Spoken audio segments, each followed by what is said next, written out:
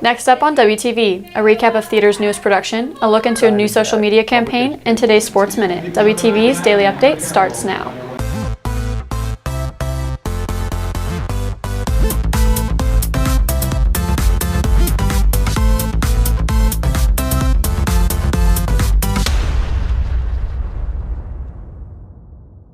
Good morning, Red Hawk Nation. Today is Tuesday, February 19th, and I'm Kasey Harvey with today's Daily Update brought to you by Wingspan TV. Designed to highlight the work happening in Texas public schools, a new social media campaign, Text Ed Tuesday, is making its way throughout the Lone Star State. WTV's Wade Glover has the story. Teachers and district leaders are using Twitter to showcase the importance of public school funding during the legislative session through the hashtag Text Ed Tuesday. Last legislative session, the superintendent from Sunnyvale ISD and the superintendent from Royce City decided that public education needed to tell its story.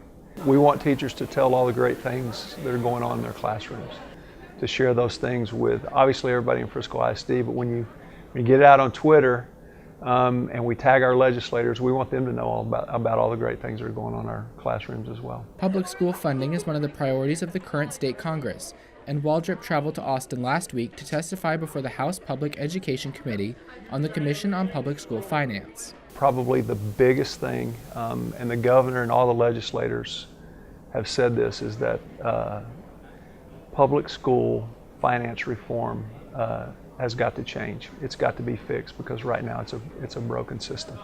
And so there's a huge emphasis right now in Austin on fixing school finance. For humanities teacher Sarah Wiseman, Twitter is a helpful way to connect the classroom to lawmakers in Austin. I use the Text Ed Tuesday hashtag because it's important for educators to advocate for responsible education policy.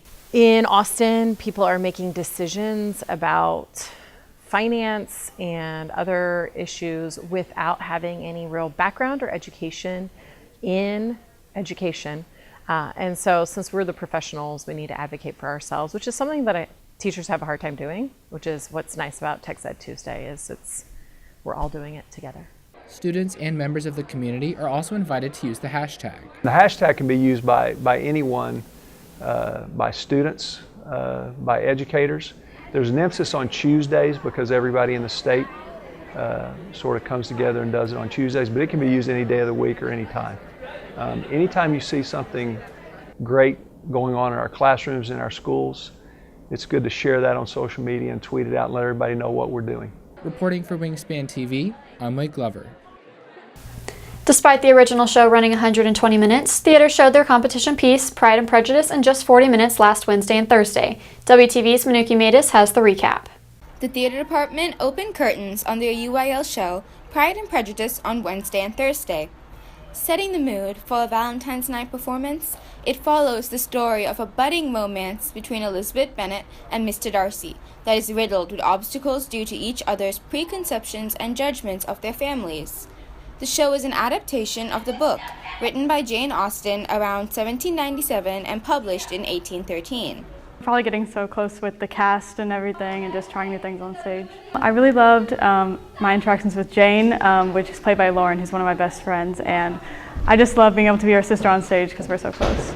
We started at the beginning of the school year, we'd get double casted, and then we split the casts at the beginning of this new semester and started working on cutting the show for UIL and everything. For anyone who missed it, the show will be performed again on Competition Day, February 28th at 3:30 at Wakeland High School. This is Manuki Matus reporting for WTV. Registration for AP tests is now open with exam fees increasing the later it gets. WTV's Owen Wilson explains. Students taking AP exams can now register through Thursday, March 7th at 4:30 p.m. For those that register during this time, each exam is $94 with the exception of AP capstone exams, which are $142 per exam. For students that do not register before March 7th, you have until April 4th for late registration, with each exam costing an additional $20 for a total of $114. All students who register for an AP exam are expected to attend a pre-administration session, and the dates for the sessions will be released at a time closer to the date of the exam. If you have any questions about AP test registration, please email Ashley Stipe at stipe at friscoisd.org. Reporting for WTV, I'm Owen Wilson. WTV's Walker Shippey brings you a preview of tonight's boys and girls soccer on today's Sports Minute. First up over the weekend, girls swimming traveled to Austin to compete in the state meet. Headlining for the Redhawks was sophomore Mallory Showalter, who broke her own school record in the 50 free and went on to take 16th place in state. The girls' 200 freestyle relay, comprised of Abby and Mallory Showalter, Hannah Wynn, and Rachel Easton, placed 19th. The wrestling team traveled to Wakeland Friday and Saturday to compete in the regional tournament. The girls claimed the first place title and qualified a total of 5 wrestlers for the state tournament. Seniors Ashley Cook and Savannah West, as well as junior Princess Abuchinam, all took first in their respective weight classes. On the boys' side, the team placed 6th overall in the region, sending 5 wrestlers as well to the state tournament. First place finishes from seniors Diego Lorenzo and Precious Essien highlighted the day for the Redhawks. The state tournament begins this Friday and Saturday, with the 10 qualified wrestlers traveling to the Berry Center in Cyprus for the event. On the court, girls basketball competed in the second round of the playoffs on Friday. Going against South Oak Cliff, the winner of District 12-5A, the Redhawks came out firing on all cylinders. After going up 16-6 in the first quarter, the Redhawks would pull away the rest of the game and capture the 52-30 victory. Senior Randy Thompson led the team with 16 points. The area championship gives the Redhawks passage to the third round, where they will face a familiar district foe. Awaiting the team in the regional quarterfinals is Centennial, who has failed to beat the Redhawks in both district matchups this season. The rivalry begins at 7 at Reedy High School tonight. Boys basketball opens up the postseason as they take on Princeton tonight. The Redhawks take their 24-8 record into the game as they look to advance against District 10-5A's third-place Panthers. The action tips off at 7 o'clock at McKinney Boyd. For Wingspan TV, I'm Carter Brock.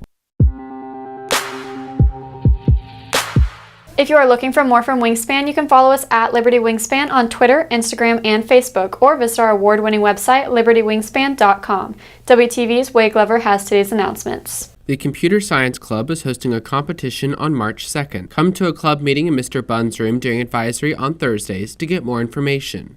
NHS applications are now available for current sophomores and juniors. Please see Ms. Bennett in room C216 or Ms. Duckworth in room C225 if you're interested. All applications are due by 4:30 p.m. on Wednesday, February 27th. Yearbook staff applications are now available in room C147. Wingspan and WTV staff applications are now available in room C102. ISM applications are now available. If you're interested, please scan the QR code on screen. Applications are due on March 3rd. That's it for today's Daily Update. This is Kasey Harvey with Wingspan TV.